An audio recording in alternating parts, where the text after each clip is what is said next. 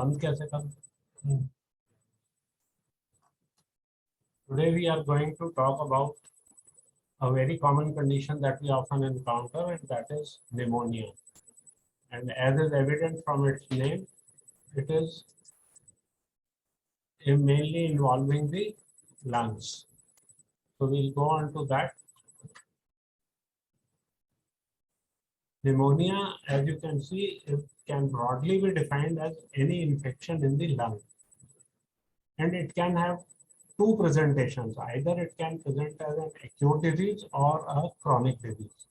When it is acute, then it is an acute fulminant clinical disease, and chronic disease obviously has a very prolonged course. Sometimes acute can be super added on to already existing chronic disease.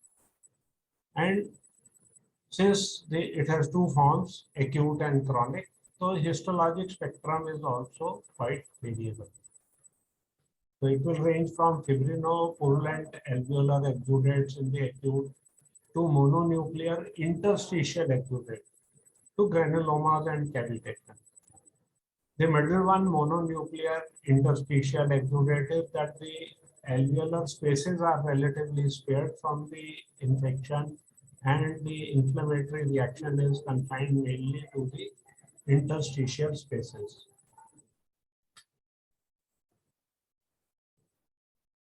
Nature has provided us with several defense mechanisms which usually are capable enough to prevent pneumonia from occurring in a normal individual. They, as you can see, are nasal hair, the cough reflex, anything that is not acceptable is coughed out. The mucociliary apparatus. The mucociliary apparatus is a mixture of mucus coated onto the ciliary epithelium. So it tends to move in such a way that it throws out anything that is unwanted. Then the immunoglobulin A secretions, the surfactant, the complement, all these add to the defense mechanisms and prevent the entry of foreign particles and their stay. Even after all this, if something escapes from these, it encounters the alveolar macrophages inside and the polymorphonuclear cells, which effectively and efficiently phagocytose the unwanted material. And then we have the super guardian, the cell-mediated immunity, which is constantly on the watch to prevent any untoward infections. So it naturally follows that since even after so many defense mechanisms, if pneumonia does occur, then there must be some risk factors involved in this. So the risk factors, as is evident, is that those that were the defense mechanisms, when they are adversely affected, they contribute to becoming the risk factors. The cough reflex, if it is depressed or absent, then the particles can gain entry, the bacteria can gain entry and produce pneumonia. And these conditions can be seen in conditions like coma or anesthesia or in tracheostomy when the cough reflex is adversely affected. Then again, injury to the mucociliary apparatus that can occur with cigarette smoking or with inhalation or drinking of corrosives. Inhalation, the fumes from the corrosives can damage the mucociliary apparatus. Then impaired phagocytic function of the alveolar macrophages or the neutrophils can lead to, again, the entry of the bacteria in the lung and lead to pneumonia. And this is seen with anti-cancer treatments, with acquired immune deficiency syndromes where the immune system goes down. Then pulmonary congestion and edema with accumulation of secretions are other contributory risk factors, because the edematous fluid and the secretions, they form a very good field, a very good medium for the proliferation and of the bacteria and producing pneumonia. Now, pneumonia has been classified in various ways. So we have subsequently an anatomical classification, an etiological classification, and then a classification according to the clinical setting. Let's take a look at what these signify. In anatomical classification, we have two entities, bronchopneumonia and lobar pneumonia. So bronchopneumonia is a patchy distribution of inflammation across the lung. Initially, it involves the bronchi and bronchioles and then the adjacent alveoli. The location of the lesions is usually basal and it is bilateral. The bases are involved. Whereas lobar pneumonia, as the name signifies, one entire lobe of the liver or part of the lobe, but in a contiguous manner is affected.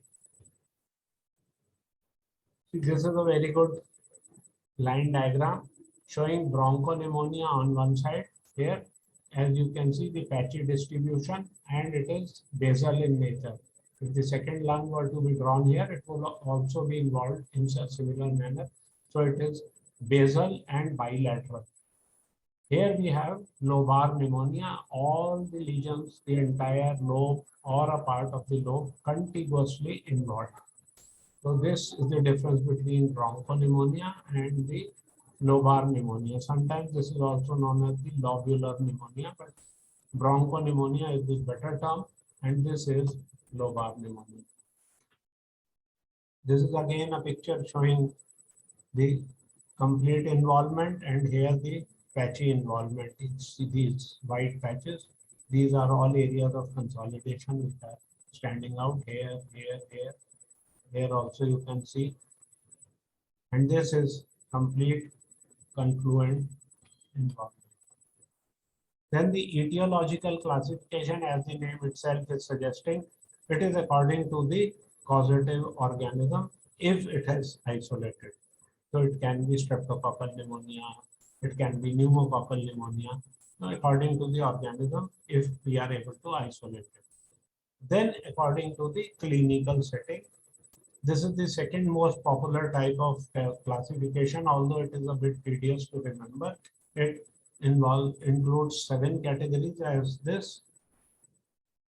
The community acquired acute bacterial pneumonia, community acquired atypical pneumonia, the nosocomial pneumonia, aspiration pneumonia, chronic pneumonia, necrotizing pneumonia with lung abscess, and pneumonia in immunocompromised host.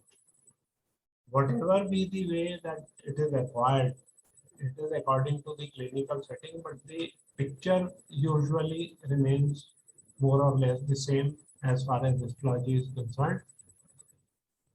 We'll take a look at community acquired acute bacterial pneumonia, considering it as a prototype. It usually follows a viral upper respiratory tract infection. For some days, the patient complains of mild sore throat, cough, and then suddenly develops acutely pneumonia-like features, and then that is community-acquired acute bacterial pneumonia. It is most common organism involved in pneumococcus, and 3 groups of patients are mainly affected. As you can see, those with underlying chronic disease, those with acquired or congenital immune defects, and those with reduced or absent splenic function, where the sequestration takes place. And it has got usually 4 stages. These 4 stages were seen very distinctly and very differently from each other in the pre-antibiotic era. Now, with the advent of newer and broad spectrum antibiotics, they tend to merge, their time intervals are shortened, and the course itself is shortened. But we need to know all the 4 stages in detail so as to understand the basics of pneumonia. These 4 stages they follow in sequential order. So they are congestion, red hepatization, gray hepatization, and resolution. This is seen in cases of uncomplicated pneumonias that are going to resolve. The first stage is congestion. As you can see, it lasts for 1 to 2 days. In this grossly, the lungs are heavy, red, and boggy. And when you cut this lung, the cut surface will ooze out blood mixed frothy fluid. So their congestion itself is telling you that blood is there. So naturally, blood mixed frothy fluid will ooze out, and this lasts for 1 to 2 days. When you prepare a slide and see under the microscope, what you will see is, as the name itself is indicating, vascular congestion, number one. The fluid that is oozing out, that is proteinaceous fluid, and it is an exudate. We have already dealt with exudate. What is an exudate? It is a protein-rich fluid with many cells in it. Few neutrophils, few RBCs, congestion, RBCs, and many bacteria. Bacterial load is very high during the stage of congestion. And then the stage goes on to the stage of red hepatization. But take a look at this. This is a representative figure showing congestion. There is mild pleural reaction, which we'll talk about in the end, about the pleura, what happens in each stage. But there is mild pleurisy in the stage of congestion. As you can see under the microscope, the septa are widened. These are the polymorphonuclear leukocytes and the congested vessels. Widened septa, edema fluid is also evident. You can, and the liver, lung is enlarged and heavy, boggy, heavy. Then the red hepatization. Congestion was lasting for 1 to 2 days. Now red hepatization will last for 2 to 4 days. Now the name tells you that the lung is red in color and the lung is hepatized. It is becoming liver-like in its consistency. That is why the term red hepatization is used. The red is the color and the lung has become liver-like in consistency. So grossly what you can expect, it is dry, it is granular, red, name is telling, and firm, liver-like in consistency. When you see under the microscope, you see again RBCs, neutrophils, and fibrin. They all pack the alveolar spaces together very closely, and neutrophils also show the presence of bacteria that they have ingested. Let's take a look at the representation. Again, the pleurisy is there, and the red and firm lung, liver-like lung, hepatization. And these are the alveoli that are packed with neutrophils and RBCs. These are the alveoli closely packed, tightly packed with neutrophils and red blood cells.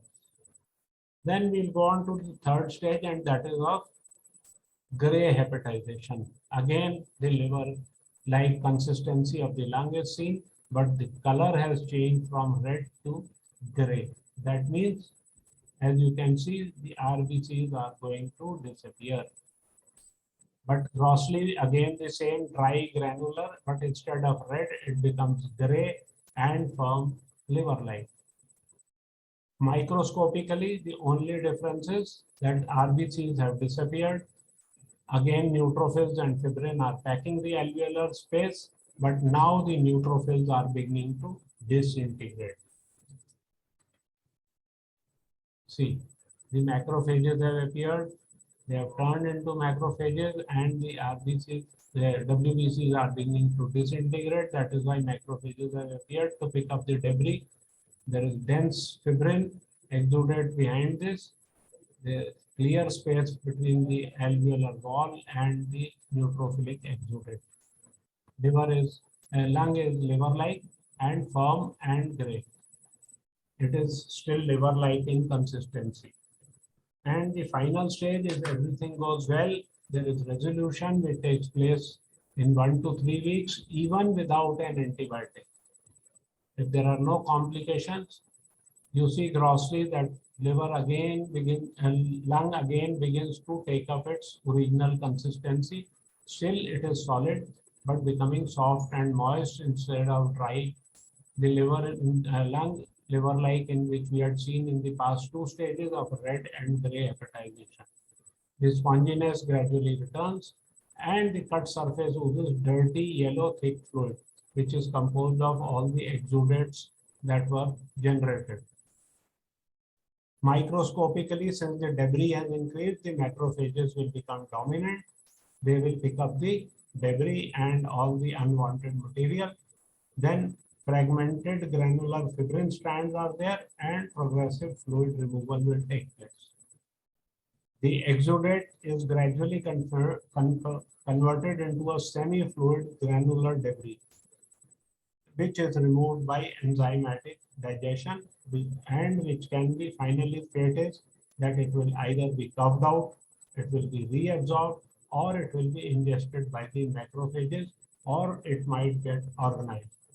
So the exudate which was generated so copiously in the lung during all this process has so many fates. If you are lucky, it will be coughed up, it will be resolved completely, or it will be ingested by the macrophages and removed. And if you are slightly unfortunate, it might get organized, and then things will become slightly difficult. See this. Now the lymphocytes are there, macrophages numerous are there, congestion is very less now, resolving pleurisy is there, the pleural reaction is also subsiding, and the lungs are gray, red, softness is returning, sponginess is returning in 1 to 3 weeks. See, this is a schematic showing the progression from here to here, especially taking the example of pneumonia, leukocyte infiltration, and the same a bit of a summary where the inflammatory response and gray and red hepatization can take place. And then finally we go on to the resolution of infection. Here also pictorial representation is there. This is red hepatization, the gray hepatization, RBCs are getting reduced and all, and there you see resolution with RBCs virtually missing. Then, as I said, we'll talk about the pleura a little later. The pleural reaction progresses from fibrinous pleurisy to fibrinopurulent pleurisy from 1 to 3 stage, and then it undergoes either complete resolution or organization, which can result in either fibrosis or adhesions. So it progresses from fibrinous to fibrinopurulent pleuritis, and this can either undergo resolution or organization. Now the complications. In case there is no resolution, what will happen? What are the possible complications that can occur? Many things can occur, but these are the 4 major complications that can occur. One is formation of a lung abscess, empyema, organization, which we had touched a little earlier, and dissemination of the bacteria through the blood vessels and reaching the entire circulation and producing various patches of inflammation in the body or producing septicemia. This is a picture of lobar pneumonia, as you can see, involving the entire confluent lobe. This is again lobar pneumonia. Now you can see the distinction between the upper lobe, and this is the consolidated lower lobe. This is the relatively spared area, and this is the entire lobe which is involved. Now you can see here a patchy area of alveoli that are filled with exudates here, and structure you can still make out because after resolution it will return to normal. When there is no residual scarring, usually if it heals without any fibrosis or organization, but you can see the inflammatory exudate and the preserved alveolar spaces filled with inflammatory exudates. This is higher magnification of the same thing. Now you can appreciate the inflammatory cells which are present here and the congestion, the red blood cells, all packing together in the alveolar spaces. And this exudative process is usually seen in this bacterial pneumonia. And this is the reason which is responsible for coming out of the sputum and of the yellow colored dirty yellow exudates.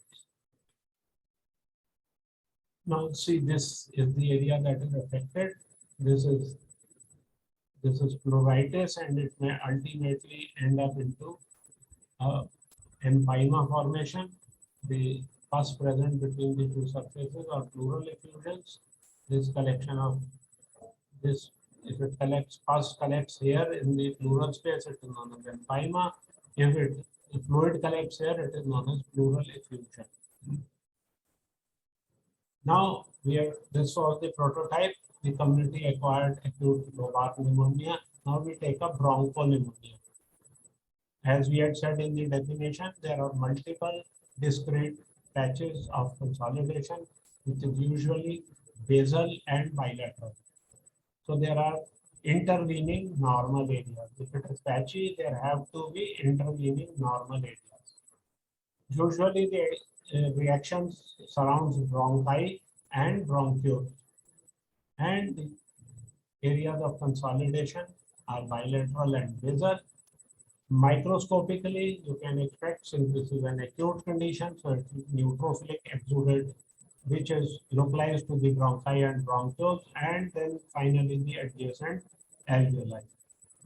And usually by the time the patient comes to you, it is difficult to differentiate between lobar and bronchopneumonia because these also coalesces together to produce a lobar pneumonia-like picture.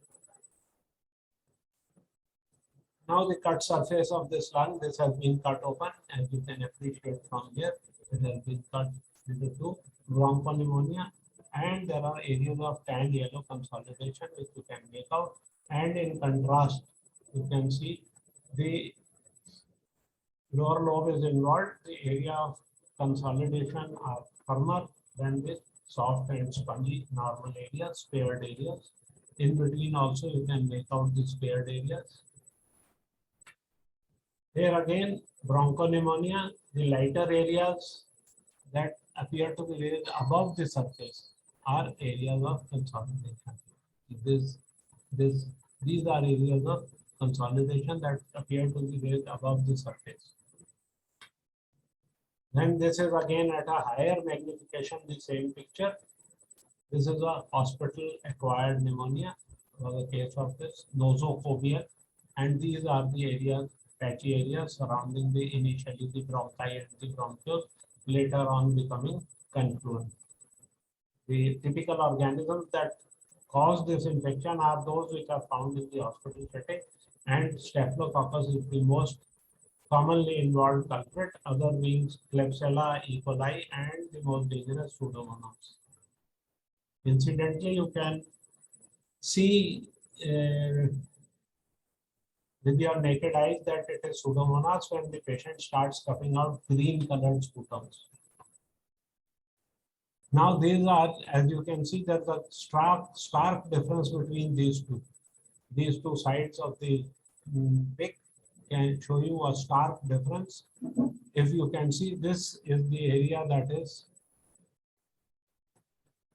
aerated area of the alveoli, whereas this is all the alveoli are tightly packed with the inflammatory exudate, that is consolidation. This is corresponding to consolidation, while these are normally aerated areas relatively spared from the clutches of the infection. Then there's another term which we had used was atypical pneumonia, and we had talked a bit about the interstitial pneumonia. So this atypical pneumonia is the same as interstitial pneumonia, and as I had just hinted upon, it is an inflammation of the lung confined to the alveolar septae and the interstitium, without involvement of the alveolar spaces. So typical pneumonia involves the alveolar spaces. Hence, since it is not involving the alveolar spaces, but inflammation is there, infection is there, which is confined to the alveolar septae and interstitium, it is known as atypical pneumonia. But the better term and the more scientific term is interstitial pneumonia. The etiological agents that are implicated in producing atypical pneumonia are mycoplasma, respiratory syncytial virus, adenovirus, rhinovirus, influenza A and B, chlamydia, varicella. As you can see, it now interstitial pneumonia is usually treated as a synonym for viral pneumonia. But other organisms are involved, but primarily and predominantly the viral etiological agents usually produce a interstitial type of pneumonia. Grossly, what you see are patchy, subcrepitant, congested areas. And one lobe, both lobes may be involved, unilateral, bilaterality may be there. Microscopically, as we have been saying again and again, the inflammation is localized to the alveolar septae and interstitium. Hence, because of the inflammation of the septa become widened and edematous. The cells involved, again, there is a difference. Instead of neutrophils, the predominant cell type are the lymphocytes and plasma cells and histiocytes. Again, the feature of atypicality is highlighted here. Instead of neutrophils, you get lymphocytes and plasma cells, the mononuclear cells, along with histiocytes. Alveoli usually are free, but sometimes the proteinaceous exudate and hyaline membrane may be formed. The proteinaceous exudate may spill over, and the inner surfaces of the alveoli may be lined by a hyaline membrane, which again produces problem in breathing. This is the microscopic appearance of viral pneumonia. If you can make out, these are the interstitial spaces, these are the alveolar spaces. Right? So interstitium is infiltrated, the septa are widened and infiltrated by mononuclear cells. The cough is not or minimal in nature. It is either absent because the alveoli do not have any exudates which need to be coughed out. And the most common causes, as we have been saying, are viral in nature: influenza, parainfluenza, adenovirus, RSV, mostly in children, CMV appear in immunocompromised hosts like those of the AIDS patients and other on anti-cancer therapy. So this is all about pneumonia and with a brief about the atypical pneumonia. But remember, the four stages most commonly seen, most typically seen in any acute bacterial pneumonia will be congestion, red hepatization, gray hepatization, and resolution if there is no complication. Thank you.